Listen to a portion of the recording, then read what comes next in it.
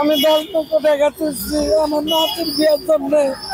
বৃদ্ধা আসমা বেগম 10 লাখ টাকা নাতনির বিয়ের জন্য আক্কেলপুর ইসলামী ব্যাংক এজেন্ট ব্যাংকিং শাখায় আমানত রেখেছিলেন।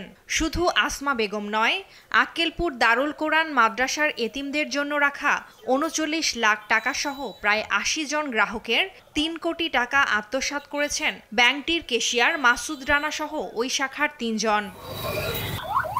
এ ঘটনায় মামলা হলে এজেন্ট ব্যাংকের মালিক, ব্যবস্থাপক ও কেশিয়ারকে গ্রেপ্তার করা হলেও একদিনের মধ্যেই আদালত থেকে জামিন পান তারা। এদিকে ভুক্তভোগীরা বিভিন্ন দপ্তরে অভিযোগ স্মারকলিপি ও মানববন্ধন কর্মসূচি করেও কোনো সুরাহা পাচ্ছেন না। টাকা তুলতে গেছি, মাসুদ রানা বলে যে হচ্ছে সার্ভিস নাই আপা বসেন।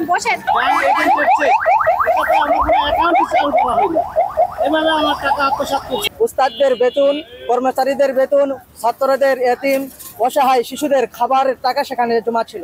টাকা আত্মসাতের ঘটনায় এজেন্ট ব্যাংকের সাথে জড়িতদের বিরুদ্ধে আইনগত ব্যবস্থা নেওয়ার আশ্বাস ইসলামী ব্যাংক কর্মকর্তার।